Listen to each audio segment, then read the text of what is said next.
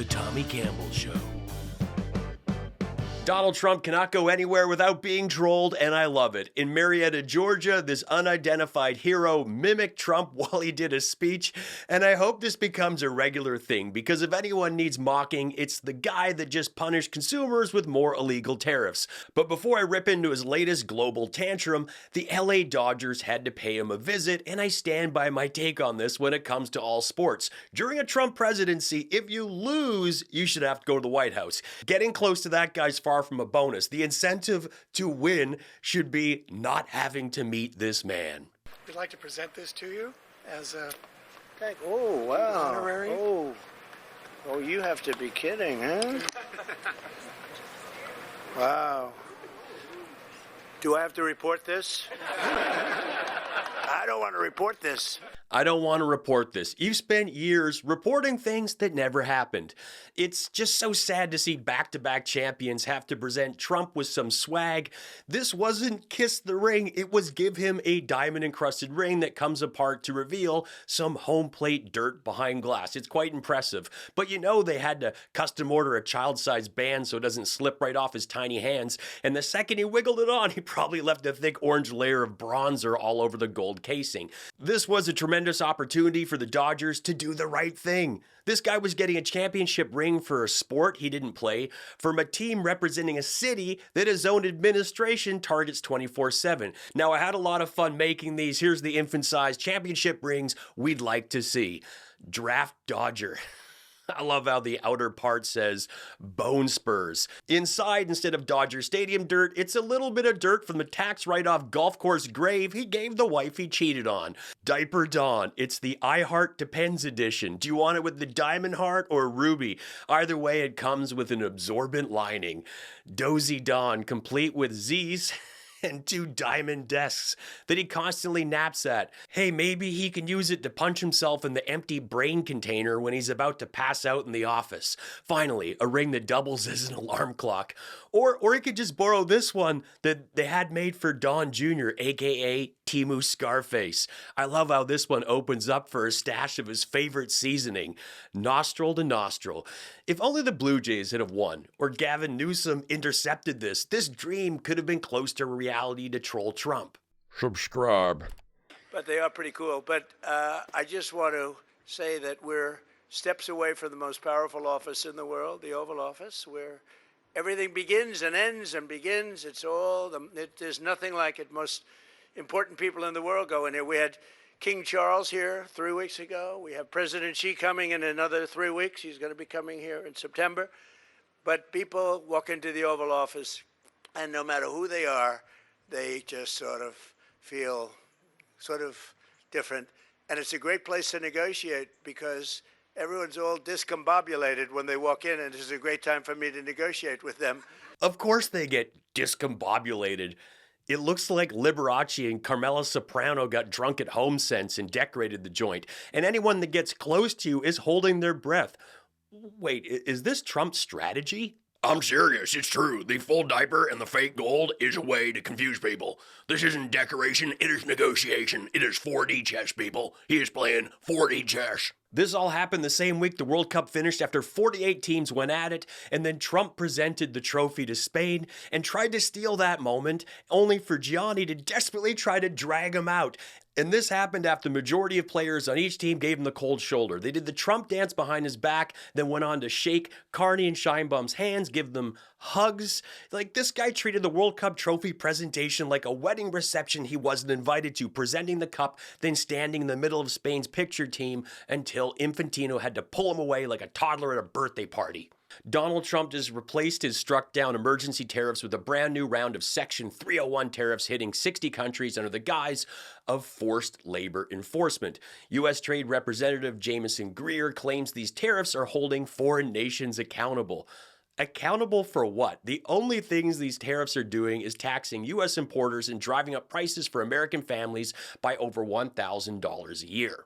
And I can tell you that of all the people that I've dealt with on trade, Canada love the people, but their negotiators, some of the most dishonest people I've ever met. They stab you in the back. And what they're doing with this particular set of tariffs, where they're doing stuff to us at the same time that they're inviting the Europeans in wide open to their market. So the president says, no, this is not cutting it. And so what we did was we put tariffs on the three things in question, but because of the way it works, we had to throw in a few things like hockey sticks. Yeah. First off, this guy recently got out of jail, so that's the world we're living in. And Navarro calling Canadian negotiators dishonest and claiming they stabbed you in the back? Like, is he working for Christopher Nolan? Because his level of projection is IMAX. And fun fact, IMAX was actually invented by Canadians in Quebec, so even Peter's projection is an imported Canadian product. He should probably be slapping a tariff on. And let's look at the absolute manufacturing madness of his 50% tariff on Canadian goods, including hockey sticks, like he mentioned there. The tariff applies even to Canadian sticks that qualify for duty-free treatment under the USMCA, the very trade agreement Trump negotiated and spent years calling the greatest deal ever made. He thinks he's striking a crushing blow against Ottawa, but the tariff is collected from the American companies importing them and ultimately passed along to American retailers, hockey programs, and parents buying sticks for their kids. This isn't going to have more hockey sticks made in America. It's just making hockey in America more expensive. And here's the thing, most modern composite hockey sticks aren't even made in Canada anymore. They're manufactured overseas. Hockey sticks ended up on the tariff list as an obvious swipe from Donald because they're an iconic Canadian thing. It's like slapping tariffs on chopsticks to punish China. Good luck eating with forks, Beijing. Speaking of stupidity, look at the Gordie Howe International Bridge. Canada literally paid the full $4.7 billion US construction bill to build this massive cross-border bridge between Windsor and Detroit. Construction ran from October 2018 to July 2026. Now, nearly 8 years of jobs, contracts, and apprenticeships on both sides of the border. This wasn't Canada taking from America. It was Canada paying to employ Canadians and Americans while building one of the most important trade crossings on the continent. Now Trump's on Truth Social claiming he renegotiated a deal to take half the toll money immediately. Mark Carney had to publicly remind him that under the legally binding agreement, Canada gets 100% of the toll revenue until the construction cost is paid back. We changed the terms so the U.S. gets 50% of the profit. Thank you for your attention to this matter. You can't just alter an international multi-billion-dollar bilateral treaty by typing all caps into your phone. This is not how international law works. You don't get to declare a 50% cut of a bridge you paid nothing to build just because you wrote "thank you for your attention to this matter" at the end of a Truth Social post. This is a classic Trump move. Canada tells him to keep his giant scissors on his side of the river, so he throws a tantrum on social media, invents a fake economic victory out of thin air, and acts like he just pulled off the deal of the century. Donald, you didn't renegotiate a bridge, you just posted fan fiction to your own app. It's like your condo neighbors paying to install a brand new express elevator, you refusing to chip in a penny, then demanding half the fares every time they ride it to the top. The Windsor-Detroit border isn't just a bridge. It is the single busiest commercial land crossing in all of North America. Over 300 to 400 million trade crosses the single river every day. That's roughly a quarter of all trade between Canada and the USA. Over 10,000 commercial trucks cross it daily, carrying auto parts, food, and machinery that keep North American factories running. So when Canada spends 6.4 billion Canadian building a modern bridge to keep that trillion-dollar trade artery flowing, and Trump threatens to mess with it, he's threatening to choke off the primary supply chain of the entire continent. He even slapped Australia with a 12.5% tariff on lamb, goat, and wine. I really miss lamb. When I lived in the UK, we had a lot of lamb, claiming Australia isn't policing forced labor hard enough. That's rich coming from the administration, whose own family has made billions through Middle Eastern sovereign wealth funds tied to the kafala labor system. Trump suddenly becoming the Greta Thunberg of ethical supply chains is comedy gold. He also added to the entire trade meltdown by going off on Truth Social about forest fires. And we have very good and deepening ties with Mexico, and I'm going to take this opportunity to thank President Sheinbaum and the Mexican people for sending 200 firefighters to help us with our fires here. That's what friends do when you have crisis and fires. Right? We do the same with the Mexicans, we do with the South Africans, the Australians, and others, but this is our time of need, and Mexico is stepping up. Quite a contrast in leadership. When disasters hit, allies send emergency crews, water bombers, and firefighters across borders to help their neighbors.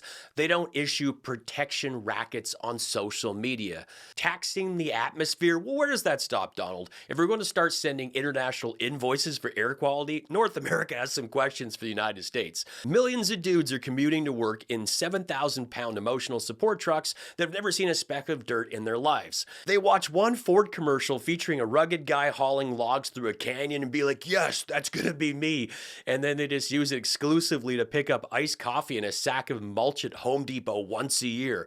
So where's Canada's check for all those exhaust fumes drifting north over the border? Does Florida owe Canada a refund for their recent fires? Does Texas owe Canada compensation for Ted Cruz, or is it the other way around? I make this independent show on my own. If you love what I do, consider leaving me a tip, become a member for extras, hit up my referral links, and stream my stand-up on Spotify. When you think about something like Save America, which is at the heart of democracy, just saying, show picture ID to vote. For God's sake, you can't go get pasta at Olive Garden without a picture ID. Why not be able to show a picture ID to vote? The franchise of American democracy, and the Senate can't get 60 votes to move it. You can absolutely get pasta at the Olive Garden without ID, right? Him claiming you need photo ID is ridiculous. I touched on this last week, and these clowns are still running with that. I even saw some Olive Garden hate in my comments. So to clear up the confusion, Olive Garden has nothing to do with this lunacy. Crazies like Steve Scalise are just using a fictional corporate dining policy as their primary legal argument for voter suppression. Nobody's being forced to bring their birth certificate or passport to get breadsticks. Yes, you're not supposed to hand off your unlimited pasta pass to your cousin under the booth, but if you get caught, the penalty is paying $14.99 for that bowl of fettuccine, not 5 years in federal prison like it is for voting illegally. And let's develop the skills that children have a natural propensity for and not force them into, a path of education that's not going to serve them well. We need electricians and plumbers, and we need HVAC operators, and we need data engineers, all of that. So let's provide the kind of education for them, get them into pathways toward that education, starting, even in elementary, middle schools, high schools. Yes, that's the former wrestling lady and education secretary Linda McMahon advocating for elementary school kids to be placed on a pathway to plumbers. Look, skilled trades are essential, honest, and incredibly lucrative work. I've done a lot of jobs in my life, and I have plenty of friends in the trades who were taking beach holidays and buying new Mustangs when I was riding the bus as a struggling artist. So I have mad respect for it. But I don't think you should set an 8-year-old's entire life trajectory in stone when they still need the crust cut off their PB&J. Imagine asking a third grader what they want to be when they grow up, handing them a pipe wrench and forcing them to sign a 10-year apprenticeship contract with Roto-Rooter before they can even spell the word plumber. And some people have been joking that this is all Mark Wayne Mullins doing. Okay, be a plumber like Mark Wayne, that's what we want you to do. Okay, Mark Wayne didn't climb out from under a sink to get into politics. He inherited his father's plumbing shop, had $1.4 million in PPP loans forgiven, and sold out to a private equity firm for tens of millions of dollars. He's not living the blue-collar dream. He's a CEO using a wrench and a denim shirt as a prop. Gotta give her credit. She didn't know much, still won. But the fact is, AOC is an attractive millennial with a powerful surface appeal. With her long, sleek raven hair and red lipstick, she's at times played dual roles. Kind of the earnest activist, both up from her bootstraps, who wants to stick it to the man. And then at times, she's kind of played the girly girl who shares her favorite recipe on TikTok. Laura doesn't sound like a political commentator criticizing a policy. She sounds like someone who has a massive, undeniable crush on AOC and doesn't know how to handle her feelings on live television. Like, she must have had some truth serum or something. This had to have been improvised. There's no way this could have made it into the prompter. Fauci's boyfriend has a channel. Who knew? This genuinely made me laugh, not because Fauci is taken, but because it's peak idiocracy to direct your hate towards a man with 50 years of public service under 7 different U.S. presidents. I love that people think they're exposing a guy who pioneered treatments for fatal autoimmune diseases and helped save tens of millions of lives between HIV and COVID. Attacking the actual scientists keeping humanity alive isn't doing your own research. It's just advertising that your family tree is an unbranched telephone pole. Maggoteers. Serious, the full diaper and the fake gold is a way to confuse people. Confused people are actually who watch my show. If they knew anything, they would not pay any attention to me because I'm a moron. Living the blue collar dream. He's a CEO using a wrench and a demon. Yes, you're not supposed to hand off your unlimited pasta pass to your cousin under the booth.